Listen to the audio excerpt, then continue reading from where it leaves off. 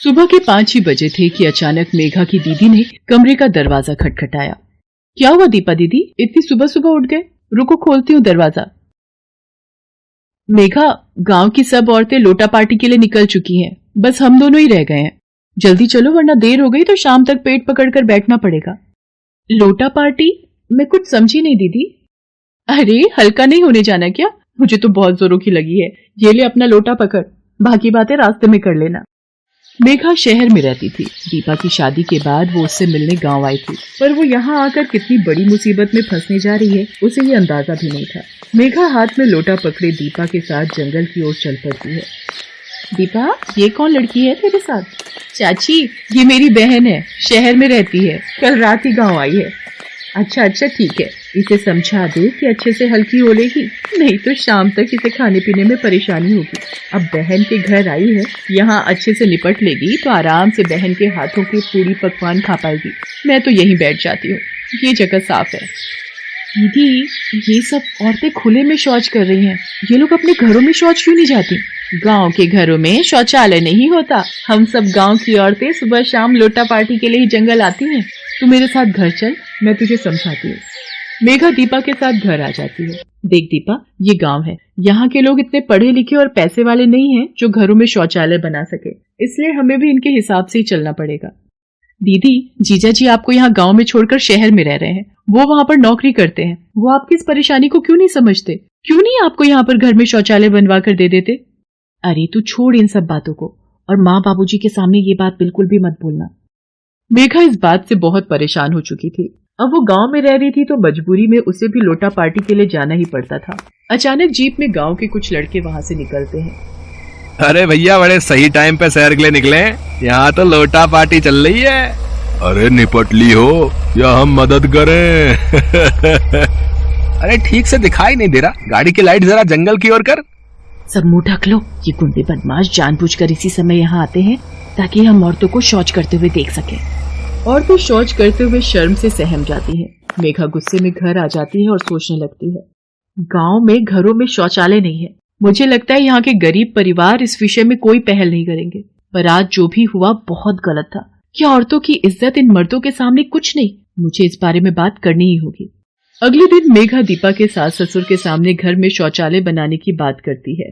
देखो मेघा, तुम हमारी बहू की बहन हो और हमारी मेहमान हो, तो तुम हमारे मामलों में ना ही बोलो तो ज्यादा अच्छा है। मेहमान की तरह आई हो तो मेहमान की तरह ही रहो। पर आज सुबह जो हुआ वो बहुत गलत था, आपने भी तो देखा था। देख लड़की, तो हमारी बहू की बहन है, इसलिए तेरा लिहाज कर रहे हैं। जिस आंगन में तुलसी का वास हो वहाँ पर शौच नहीं किया जाता। आ गई बात समझ में? घर की औरतें शौच के लिए खुले में ही जाएंगी, ये प्रथा नहीं बदलेगी। बहू, इसे समझा दो कि ये अपनी मर्यादा में रहे, वरना शहर वापस चली जाए। मेघा कमरे में आकर वापस शहर जाने की तैयारी करने लगती है। तभी उसे किसी औरत के रोने की आवाज आती है। मालिक, मेरी बच्ची बहुत बीमार है, उसके पेट का दर्द बहुत बढ़ गया है, इलाज के लिए शहर ले जाना पड़ेगा। डॉक्टर ने 5,000 रुपए का खर्च बताया है। मेरी मदद करो मालिक, मुझे 5,000 रुपए उधार की जरूरत है। तुम सब औरतों से मैंने कितनी बार कहा है, सुबह 5 बजे लड़कियों को बोल दिया करो कि नींद को छोड़कर हल्की होने जंगल में चली जाए, पर तुम मानती कब हो? अब आ गई ना मुसीबत। तेरी लड़की सुबह ही निपटने जंगल चली जाती तो तेरा ये खर्चा बच जाता। कब तक लौटा पाएगी ये 5,000 रुपए? मालिक, आप चिंता मत करो, मैं खेती का काम ज्यादा करके आपके सारे पैसे चुका दूंगी। बड़ी मेहरबानी मालिक। ये सब क्या हो रहा है? गांव की गरीब मजबूर औरतें बिना शौचालय की कितनी परेशानी झेल रही हैं। उस बेचारी लड़की का सिर्फ इतना सा दोष कि उसे शौचालय करने के लिए शौचालय नहीं मिला। इन गरीब औरतों और लड़कियों को इतना दुख झेलना पड़ता है। जब तक सुबह नहीं होगी तब तक रात में अंधेरा नहीं घिरेगा। जब तक रात में अंधेरा नहीं घिरेगा ये शौच के लिए नहीं जा सकती। पर मैं इस दकियानूसी सोच को कैसे बदलूं, मुझे ये समझ नहीं आ रहा। जब तक मैं इस गांव में शौचालय नहीं बनवा दूंगी तब तक मैं इस गांव से नहीं जाऊंगी। मेघा गांव से जाने का विचार अभी छोड़ देती है। वो इसी सोच में थी कि इस गांव में सभी गांव वालों और दीपा के सास ससुर को समझाकर वो गांव में शौचालय बनवा सके। इसलिए मेघा गांव वालों से मिलती है। कैसी बात कर रही हो बेटी, 2 वक्त की रोटी खाने को नसीब नहीं होती है। बड़ी मुश्किल से ये कच्चा कमरा तैयार किया है, अब शौचालय बनवा कर हम पैसा बर्बाद नहीं कर सकते। हमारी बहू बेटियां सुबह निपट आती हैं, जैसे गुजारा चल रहा है चलने दो। बेटी, हम औरतों का जन्म तो परेशानी झेलने के लिए ही हुआ है, और हम गुजारे लायक रोटी कमाने वाले गरीब मजदूर भला शौचालय कहाँ बनवा पाएंगे। यहाँ तो कोई भी शौचालय को लेकर गंभीर सोच नहीं रखता। अब मैं क्या करूँ? जीजा जी ने भी फोन पर साफ मना कर दिया है कि वो गांव में अपने पिताजी के मामले में कुछ नहीं बोलते। अगली सुबह गांव की सब औरतें लोटा पार्टी के लिए जंगल जाती है, पर उस दिन मेघा नहीं जाती। वो सो रही थी। तभी दीपा रोती चिल्लाती घर आती है। बाबूजी, माँ जी के पैर पर सांप ने काट लिया, वो जंगल में बेहोश पड़ी हैं। जंगल में अंधेरा था, माँ जी शायद उस सांप को देख नहीं पाई। क्या कौशल्या को सांप ने काट लिया? पर कैसे? जंगल में अंधेरा था, माँ जी शायद उस सांप को देख नहीं पाई। दीपा की सास को गांव के अस्पताल में ले जाते हैं। डॉक्टर जहर उतरने की दवाइयां देता है। कुछ घंटों बाद दीपा की सास को होश आता है। बाबूजी, क्या अब भी आप गांव में शौचालय बनाने के लिए मना करेंगे? आज अगर आंटी जी को कुछ हो जाता तो? कल भगवान न करे दीदी के साथ कुछ गलत हो गया तो? मेघा सही कह रही है, गांव में हर घर में शौचालय होना बहुत जरूरी है। हम गांव की औरतों ने कभी अपनी परेशानी को जाहिर ही नहीं किया, मामूली समझा अपनी सबसे बड़ी जरूरत को। तुम सब चिंता मत करो, हमारे गांव में भी शौचालय होगा, ताकि हर सुबह अंधेरे में गांव की बहू बेटियों को डर कर और सहम कर जंगल ना जाना पड़े। दीपा के ससुर की बात सुनकर मेघा बहुत खुश होती है। गांव में शौचालय बनने से सभी गांव वाले बहुत खुश थे।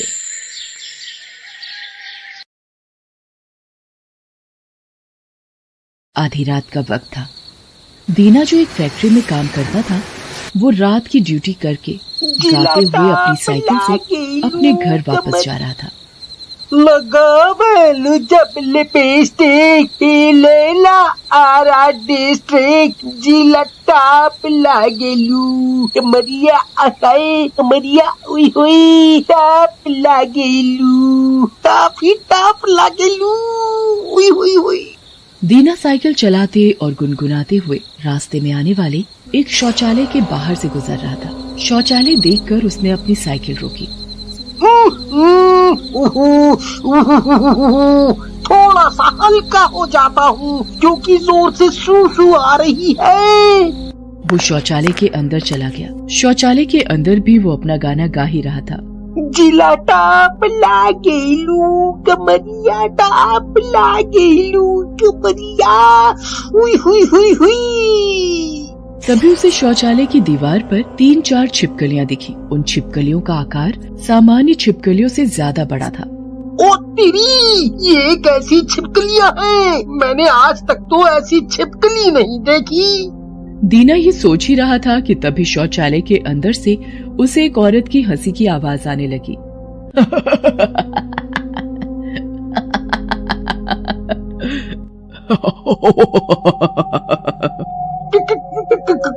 कौन है भाई?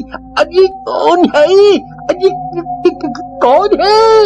हंसी की आवाज इतनी खतरनाक थी कि दीना डर के मारे कांपने लगता है। तभी दीवार की उन छिपकलियों का रूप बदलने लगता है। दीना देखता है कि 2 छिपकलियां भूत बन गई हैं और एक छिपकली चुड़ैल।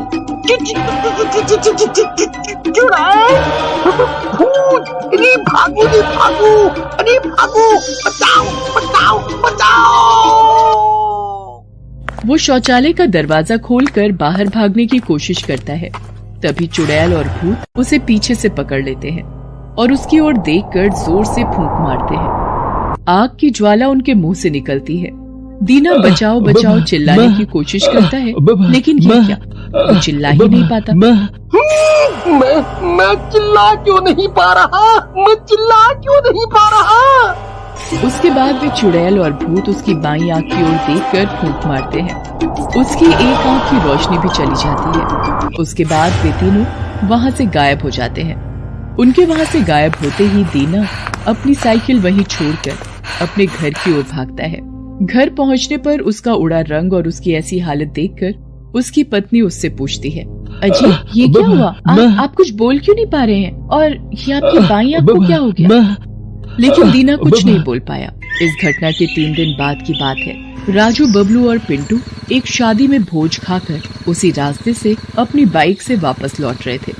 भाई पेट में गुड़गुड़ हो रही है। तेरा हमेशा का यही है, मुफ्त का खाना मिला नहीं कि पेट से बाहर खा लिया।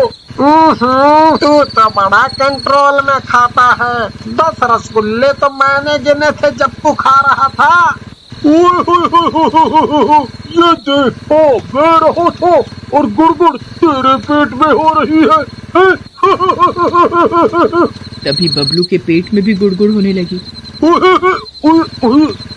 ओए तेरी भाई, अब तो मेरे पेट में भी गुड़गुड़ होने लगी। जोरों से पार्टी आ रही है, कहीं पैंट भी ना हो जाए। वो दोनों अपनी ही बातों में उलझे हुए थे। तभी उनका तीसरा दोस्त पिंटू जोर से चिल्लाते हुए बोला, अबे तुम लोग अपनी बकबक बंद करो। यहाँ लगता है कि पेट में हो ही गया है। छी छी छी छी छी, तूने पेट में ही कर दिया। तभी उन्हें वहाँ वही शौचालय दिखा, जिसे देखकर उन्होंने बाइक रोकी। भाई सही जगह पर तूने बाइक रोकी है।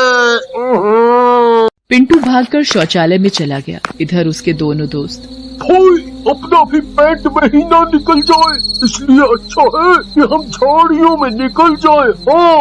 वे दोनों भी झाड़ियों में चले गए। उधर पिंटू शौचालय में बैठकर सोच रहा था, आज तो इज्जत का फलूदा बन गया, पेट में ही निकल गई पॉटी, बताओ। तभी उसे दीवार पर उसी तरह 3 छिपकलियां दिखी, जो देखते देखते भूत और चुड़ैल में बदल गई। ये भूत और चुड़ैल कहाँ से आ गए? इन्हें भी पॉटी लगी थी क्या? उसके बाद भूत और चुड़ैल ने उसका भी वही हाल किया जो उन्होंने दीना का किया था। उसकी भी एक आंख की रोशनी और आवाज चली गई। उसके बाद तो हर दूसरे दिन ये घटना उन लोगों के साथ घटने लगी जो भी उस शौचालय में जाता था। पूरे गांव में दहशत का माहौल बन गया था। जिसके भी मुंह से सुनो, वो गांव में हो रही इस घटना को लेकर चिंतित थे। भाई ये क्या हो रहा है हमारे गांव में? ये एक एक कर लोगों की आवाज और उनकी एक आंख की रोशनी क्यों गुम हो रही है? कुछ भी समझ में नहीं आ रहा है भाई। मैं तो इस गांव को छोड़ने की सोच रहा हूँ। अरे गांव छोड़कर कहाँ जाओगे? खेती बाड़ी तो तुम्हारी यही है। कहीं भी चला जाऊंगा भाई, कम से कम आवाज और रोशनी तो रहेगी मेरे पास। लोग धीरे धीरे गांव से जाने लगे। इस बीच कुछ लोगों ने इस घटना के कारण के बारे में जानने की भी कोशिश की, लेकिन सफलता उनके हाथ लगी। उन्हीं लोगों में हरिया और उसकी पत्नी सुनीता भी थे, लेकिन अब उनकी भी हिम्मत जवाब दे रही थी। सुनीता, लगता है हमें भी ये गांव छोड़कर जाना होगा। कहाँ जाएंगे जी हम, और क्या करेंगे? यहाँ कम से कम एक छत तो है, एक छोटा सा खेत है जो एक माँ की तरह हमारा पेट भरती है। इस माँ को छोड़कर हम कैसे चले जाएं? सुनीता, तेरी बात ठीक है, लेकिन ये भी तो देख, जब पूरा गांव ही खाली हो जाएगा तो हम क्या करेंगे यहाँ रहकर? उसी रात की बात है। सुनीता और हरिया शौचालय वाले रास्ते के पास से गुजर रहे थे। तभी उन्हें किसी के बचाओ बचाओ की आवाज सुनाई दी। अजी, ये कैसी आवाज थी? कौन बचाओ बचाओ चिल्ला रहा है?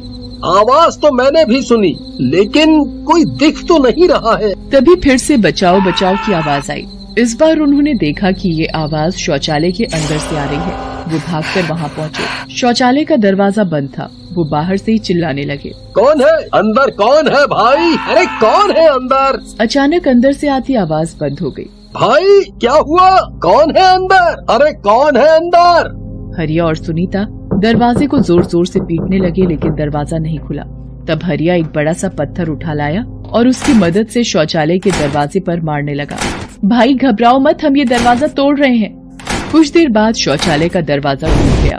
दरवाजा टूटने के बाद उन्होंने जो देखा, उसे देखकर उनकी आंखें फटी की फटी रह गईं। शौचालय के अंदर 2 भूत, जिसमें एक बच्चा और एक चुड़ैल थी, वो गांव में ही रहने वाले दीपक का गला दबा रहे थे। चुड़ैल और भूत के मुंह से आग भी निकल रही थी। अरे सुनीता, भाग यहाँ से।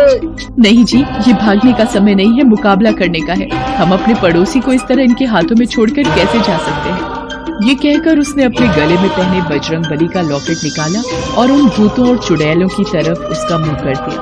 भूत और चुड़ैल उस लॉकेट को देखकर गुस्से में चिल्लाने लगे, भाग जा यहाँ से, मत कर, ये मत कर। पहले तू इसे छोड़, नहीं छोड़ूंगी मैं इसे। मैं पूरे गांव वालों को गूंगा और काना बना दूंगी।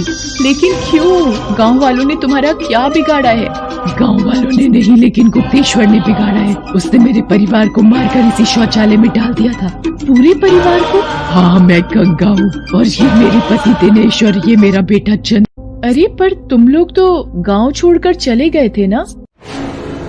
गंगा बहुत ही गरीब औरत थी, लेकिन माता सरस्वती का आशीर्वाद उसके ऊपर था। वो बहुत ही अच्छा गाना गाती थी। एक बार शहर में गाने की एक प्रतियोगिता हुई, उसमें उसे प्रथम स्थान मिला। उसके बाद तो उसका नाम फेमस हो गया। उसे कई लोग गाना गाने के लिए आमंत्रित करने लगे। धीरे धीरे उसके परिवार की स्थिति बदलने लगी, लेकिन उसका पड़ोसी गुप्तेश्वर गंगा और उसके परिवार की समृद्धि से जलने लगा। कल तक दाने दाने को मोहताज गंगा और उसका परिवार पक्का मकान बनवा रहा है। सुना है कि वे मेरे पास रखा अपना गिरवी खेत भी छुड़वाने की सोच रहे हैं। लेकिन उन्हें पता नहीं, गुप्तेश्वर लेना जानता है, देना नहीं। गुप्तेश्वर ने उन तीनों को मार दिया। उस समय गुस्सा उसके ऊपर इस कदर हावी था कि उसने गुस्से में उनकी एक एक आंख भी निकाल दी। उसके बाद उनके मृत शरीर को गांव में नए बन रहे शौचालय की जमीन में दफना दिया। जब वो उन्हें शौचालय में दफना रहा था, उस समय शौचालय की दीवार पर 3 छिपकलियां थी। उनकी आत्मा उन्हीं छिपकलियों में प्रवेश कर गई।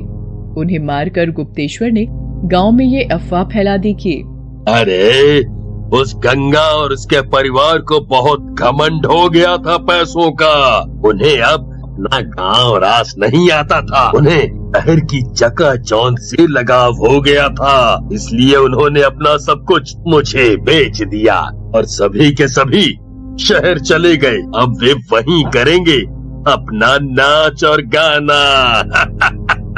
चुड़ैल की बात सुनकर सुनीता और हरिया दंग रह गए। उन्होंने पुलिस को सारी बातें बताई। पुलिस ने गुप्तेश्वर को गिरफ्तार कर लिया। उस पर मुकदमा चला, उसे फांसी की सजा हो गई। उसके बाद गंगा और उसके परिवार की आत्मा मुक्त हो गई। हेलो दोस्तों, कैसे हैं आप सब?